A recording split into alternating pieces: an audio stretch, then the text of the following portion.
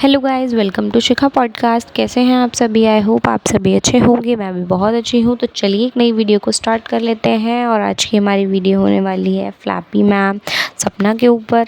तो बहुत टाइम से इसके ऊपर कोई वीडियो नहीं बनाई है मैंने, क्योंकि अभी काफ़ी शांत माहौल था। वो अपना आराम से मज़े कर रही थी। तो वाईटी पर मतलब माहौल बहुत शांत ही था, बनाने जैसा कुछ था भी नहीं। लेकिन एक बार फिर जब भारी व्यूज़ की कमी पड़ जाती है तो धीरे धीरे वो बैक टू बैक वापस से अपना कमबैक करती हैं सोशल मीडिया पर।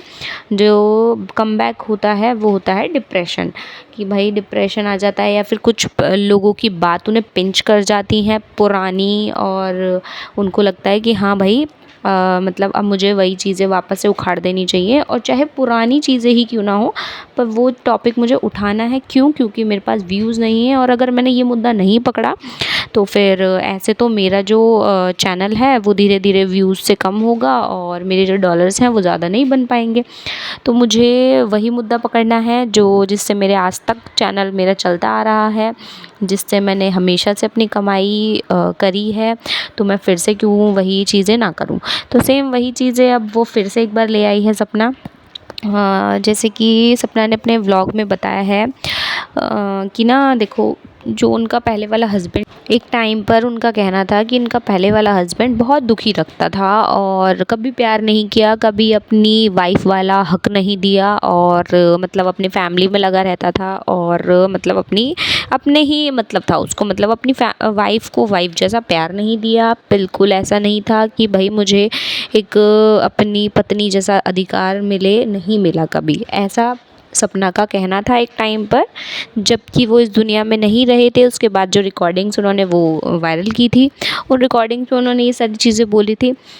लेकिन उसके बाद फिर क्या बोलते हैं, उनके बेटे दूसरे वाले जो सूरज जी के भाई थे उनसे शादी करा दी थी। तो धीरे धीरे वो चीज़ें ख़त्म होने लगी थी, मतलब सूरज जी का नाम थोड़ा बहुत कम होने लगा था।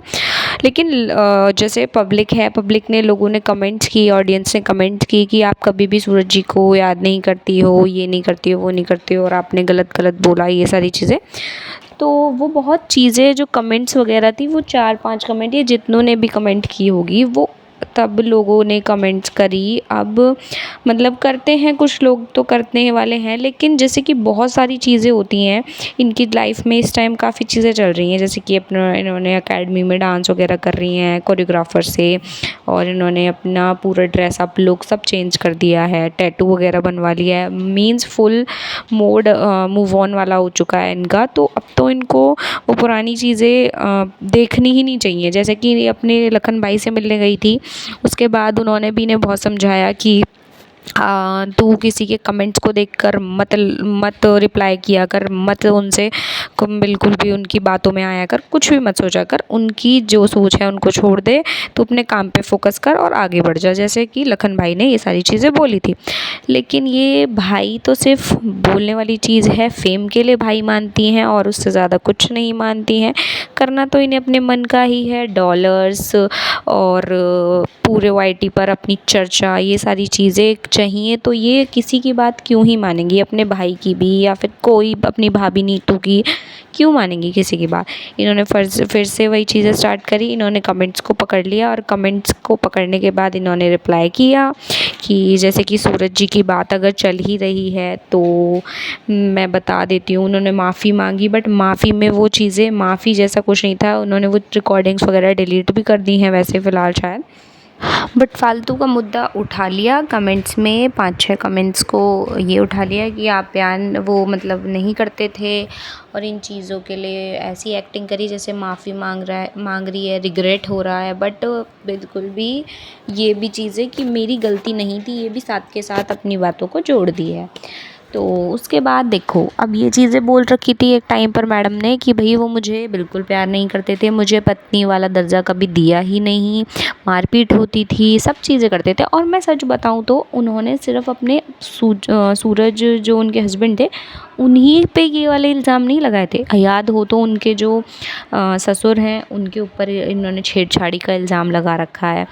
राजवीर जी जो कभी इनको बोलते थे ना कि हाँ भैया राजवीर जी हैं तो बहुत प्यार करते हैं, उनके उसके बाद तो ये हो जाता है कि हाँ भाई इनको सच्चा प्यार मिल गया है, तो अब फिर ये कभी बैक अपना जो पास्ट है उसमें कभी जाएंगी ही नहीं, देखेंगी ही नहीं मुड़ के।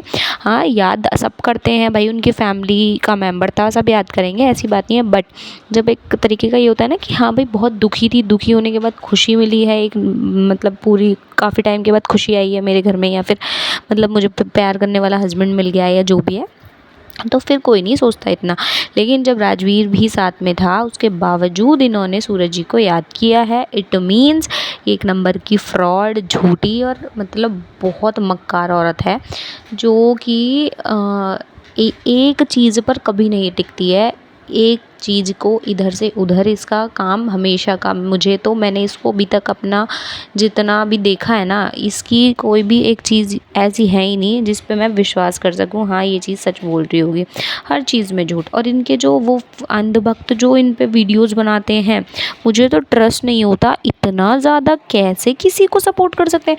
मतलब छोटी छोटी चीज़ों को पकड़ लेंगी और एक्टिंग करेंगी कि भैया मतलब ये चीज़ सपना ने बढ़ा चढ़ा के बताती हैं फिर उनको। अरे उसकी गलतियाँ क्यों नहीं देखते हो, उसकी गलतियाँ भी तो देखने के लिए है ना, जब इतनी गलतियाँ कर रही है तो। बट वो नहीं देखते। बट गाइज ये चीज़ें थी तो देखो हम अब मैं आपको एक वीडियो क्लिप है जो वो मैं सुनाऊंगी आपको, वो आप सुनना और आपको फिर आप कमेंट में मुझे ज़रूर बताना जज करके कि हम कौन सी वाली बात पर ट्रस्ट करें। क्या इसकी ये वाली बात पर ट्रस्ट कर सकते हैं हम कि ये कहती थी मारपीट करते थे, या फिर जो इस व्लॉग में इसने अपने बोला है जो मैं क्लिप सुनाऊंगी आपको, हम उस बात पर ट्रस्ट करें। तो आप पहले सुनना ये वाली चीज़, उसके बाद आप अपनी ओपिनियंस मेरे साथ कमेंट सेक्शन में ज़रूर शेयर करना। मैं वो टाइम सच में बता नहीं सकती कि वो कितना खुशी का टाइम था जब सबको पता चला था कि मैं प्रेग्नेंट हूँ, फर्स्ट टाइम कि मैं प्रेग्नेंट हूँ। और सूरज जी इतने खुश थे, घर वाले इतने खुश थे। तो पता है सब लोग ऐसे देखते थे कि पापा जी को बहुत शौक है, पता है पापा जी सूरज जी मतलब कोई इमली लेके आ रहा है, कोई मिठाई लेके आ रहा है, कोई कुछ लेके आ रहा है, इसको कैसा लगेगा, क्या रिएक्ट करेगी, अब मतलब ऐसे केयर कर रहे थे छोटे बच्चे की तरह, बहुत केयर हो रही थी। तो और मम्मी अपने में खुश हो गई, मेरी सासू माँ की डिलीवरी होगी, ये करेंगे वो करेंगे, बच्चा होगा वैसे करेंगे। पता चलते ही पहले हो जाता है कि हम ये कर ले वो कर ले। उसके बाद आरू, मेरा जो डिलीवरी टाइम था वो भी बहुत अच्छा था, बहुत। फिर आरू आई, घर में इतनी खुशियाँ आई कि शादी के बाद मैंने वो खुशियों को फील किया कि शादी के बाद ऐसा भी होता है, क्योंकि दूर रही थी, प्रॉब्लम से बहुत थी, है ना। उसके बाद फिर आरू आई, बहुत खुश हुए। मैं अपने आप को बहुत लकी समझ रही थी कि मैं बहुत लकी हूँ। अब आपने ये चीज़ें तो सुन ही ली होंगी, अब आप खुद इमेजिन कर सकते हो कि जो बंदी एक टाइम पर इतना इमोशनल होके ये सारी चीज़ें बोल रही है कि मुझे बच्चों की तरह मेरी केयर करी है, सिर्फ सूरज जी ही ने नहीं, सबको इतनी खुशी थी कि भाई पापा जी को बहुत पसंद है बच्चे, और मेरी सासू माँ को डिलीवरी का बहुत, मेरी डिलीवरी की चाहती कि कैसे चाहती कि भाई कैसे होगी। मतलब घर में मोस्टली सबको इनकी जो ये प्रेग्नेंट थी और बच्चा होने वाला था, आरू होने वाली थी, तो ये बहुत खुश थे। तो हम आप ये देखकर खुद जज करो कि भाई कितनी टॉप लेवल वाली एक्ट्रेस है ये, कि 2 मिनट में आंसू निकल जाते हैं, 2 मिनट में ये नॉर्मल हो जाती है, 2 मिनट में मूव ऑन के लिए सब चीज़ें अपने आप को रेडी कर देती है, हर चीज़ें, डिप्रेशन 2 दिन में भग जाता है। तो आप इससे ही जज कर सकते हैं कि कहाँ कौन कितना सच बोलता है और कौन कितना झूठ बोलता है। पहले तो मेरे को इनसे यही सबसे बड़ा क्वेश्चन है कि आप ना पहले ये बता दो कि आप करना क्या चाहती हो, मतलब आपको क्या सच क्या है कि आपको सूरज जी प्यार करते थे, नहीं करते थे, और करते भी नहीं थे तो आज ये बातें फिर से कैसे उड़ गई हैं। उन कमेंट्स को पढ़ कर के आप ले आई हो तो और बहुत सारी चीज़ें, अगर सब चीज़ें क्लियर करने ही बैठ रही हो तो सब चीज़ें क्लियर करती रहो। फिर तो आपको कुल मिला के ये बोल देना चाहिए पब्लिक से कि जब तक मैं उस घर के लोगों की बातें ना करूं तब तक मेरे जो व्यूज़ हैं, मेरे जो डॉलर्स हैं वो नहीं बन सकते, इसलिए ये कंट्रोवर्सी मैं स्टार्ट रखती रहूँगी। जबकि अंशु की तरफ से वहाँ से कोई 1% का भी कोई स्टार्टअप, कोई नाम तक नहीं है कि भाई वो तुम्हारा नाम ले, या फिर वो बच्चों बेचारी अगर बच्चों की याद भी आती होगी तो भी वो इसलिए कभी नाम नहीं लेती क्योंकि उसको तुम्हें कहीं तुम्हारा दिमाग इतना ज़्यादा ख़राब रहता है कि तुम कहीं से भी पकड़ के कंट्रोवर्सी स्टार्ट कर देती हो, रोने धोने वाली एक्टिंग कर देती हो। तो भाई वो लड़की भी कभी नाम नहीं लेती, सोच के देखो इतना ही।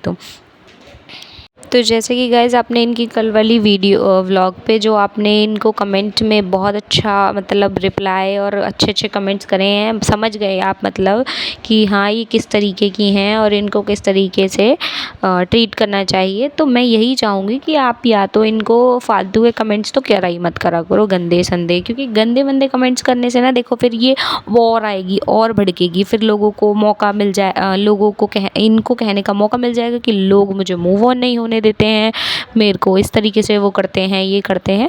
तो हमें इतनी फालतू की किसी को वो ही क्यों देनी, इम्पोर्टेंस ही क्यों देनी जो भैया ये फिर उस चीज़ पे भी एक व्लॉग नया खड़ा कर दे, है ना। तो हमें करना ही नहीं चाहिए इस चीज़ को। आप बस अपने जो भी आपको वीडियोस देखनी है, ठीक है, नहीं देखनी है तो आप मत देखो, लेकिन इसको फालतू की इंपॉर्टेंस मत दो। जितना इंपॉर्टेंस इसको देते हैं उतने ये नए नए मुद्दे उठा के लेके आती है, सिर्फ उन्हीं लोगों के लिए मुद्दे उठा के लाती है, उनको गलत बुरा अच्छा बुरा ये सारी चीज़ें करती रहती है।